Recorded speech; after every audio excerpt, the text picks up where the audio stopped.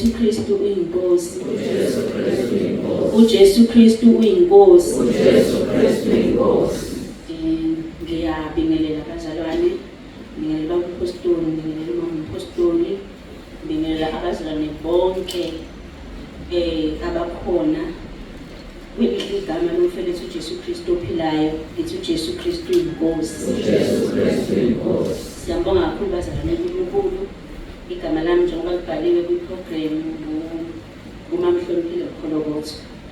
Ngizokwenza izwi number 1. Ngiyaqala nokungu bazalwane, I'm shaking, kodwa ngiyamthemba uNkulunkulu. Amen. Ilapho litholakala lapha encwadini kaLuka chapter 23 bazalwane. Luka chapter 23 verse 34 wakhona. Ngenxa yesikhathi bazalwane ngizobe ngifunda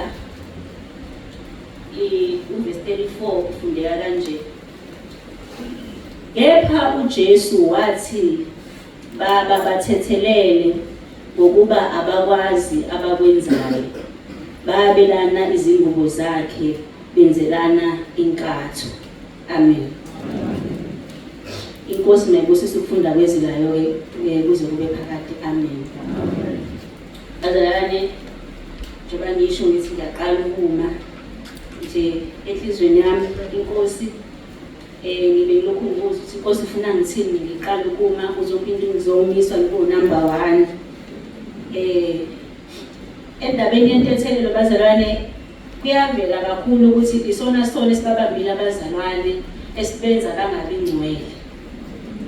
Angakholwa umzalwane enze konke anikele, kodwa inkonzo yokuthethelela asibi nayo. Ngoba kuvela ukuthi awukwazi ukuthi umuntu uthi umthethelele kodwa usakhumbula ukuthi ukwenzeni.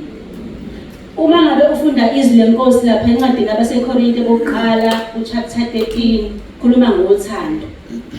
Uma ngabe ulifunda verse 4 bakhona ukhuluma ngothando ukuthi alinawo amagqubu. Kusho ukuthi wazi ngaba namagqubu anginalo uthando.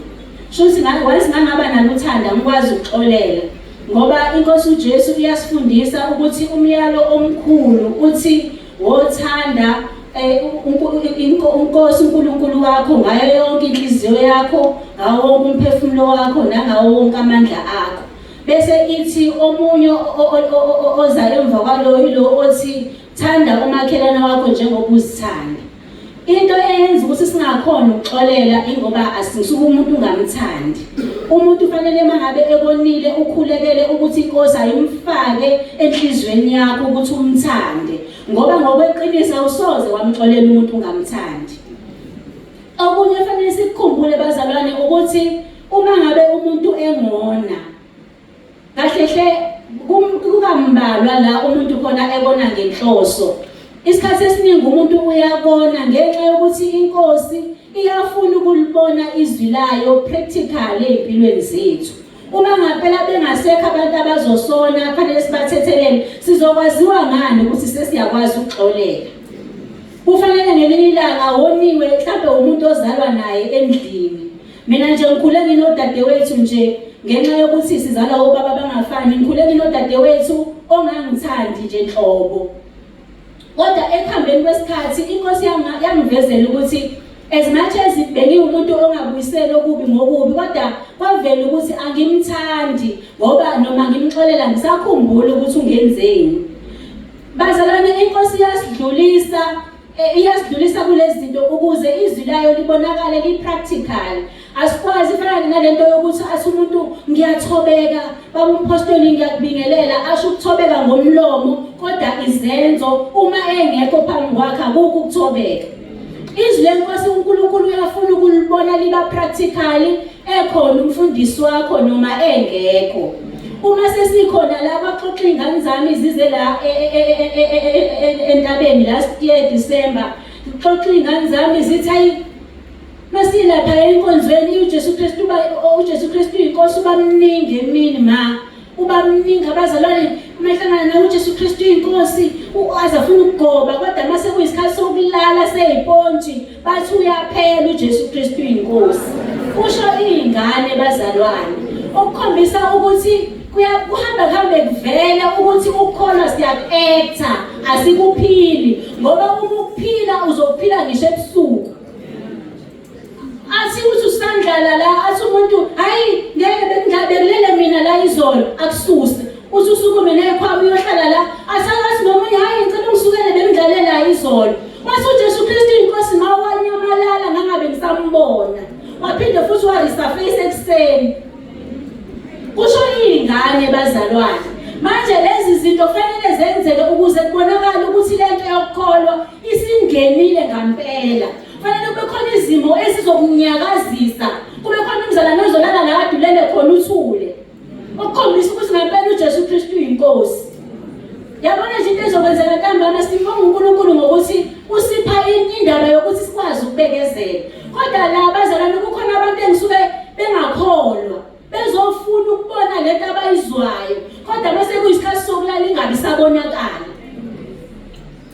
Angikho kakhulu lapho ngisekuthenini lento yokuthethelela awuyisho ngomlomo ibonakala ngenkambo ukuthi cha umxolele cha ngempela kambambeli igugu. Sifunda ukuthi ebuhlungwini siyaxolela thina. Inkosi yethu yaxolela isebuhlungwini bazalwane. Ayizange iethe lento yentethelelo kodwa yayenza. Manje mangabe kuthiwa asibathethelela abasonayo ukuze nathi uNkulunkulu asithethelele asitshelwa ngento engaziwe ezulwini. Sitshelwa ngento inkosi yethu yaqala yayidemonstrate phambi kwethu. Sibona uStefani uphonswa ngamatshe. Uyazisho zonke ezinye izinto uthi ngibona izulu livulekile kodwa manje khona lento kwafanele ayisho. Uthe beqala ethi baba baxole ungababaleli lesisono kwaqala kwenzeka izinto. Waqala wangawezwa amathi amshayayo. Waqala yena wabona izinto ezenzeka ezulwini. Uthe mangabe uNkulunkulu akamukela umoya wakhe wamukela umoya kaStefani ngenxa yokuthi aka-ethanga. Yabona ebuhlungwini uxolele ebuhlungwini usuke unga-ethi ngoba ngisuke kungamnandi bazalwane uxolele zehle inyembezi. Ilokho bazalwane inkosi endinikeza khona nje ukuthi akudingeki sibe ngabazalwane aba-ethayo. Ngize ngisho ngithi abanye nje ngazi uMzansi Magic awubathathi ngani lo Mzansi Bioscope ngoba they are very good in acting. La asizili uzolingisa bazalwane kodwa sizokwenza. Sizobonakala ngenkambo uthi ungashonga ukuthi uyakholwa inkambo yakhe imvezi uJesu. So siyabonga kakhulu bazalwane uNkulunkulu uyabuza uPeter kwinkosi uJesu uthi umfowethu uzongona kangaki ngimxolela.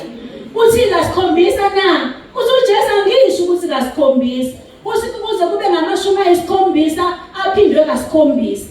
Kuze kumina kumkhambuleka into ethi umzalwane ongakwazi ukubala ukuthi sengifikile manje ku-70 times 7 lo mzalwane unamagqubu.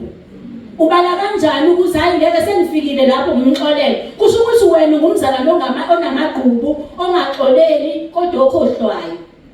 Uphinde ukhumbule uJesu Kristu uyinkosi.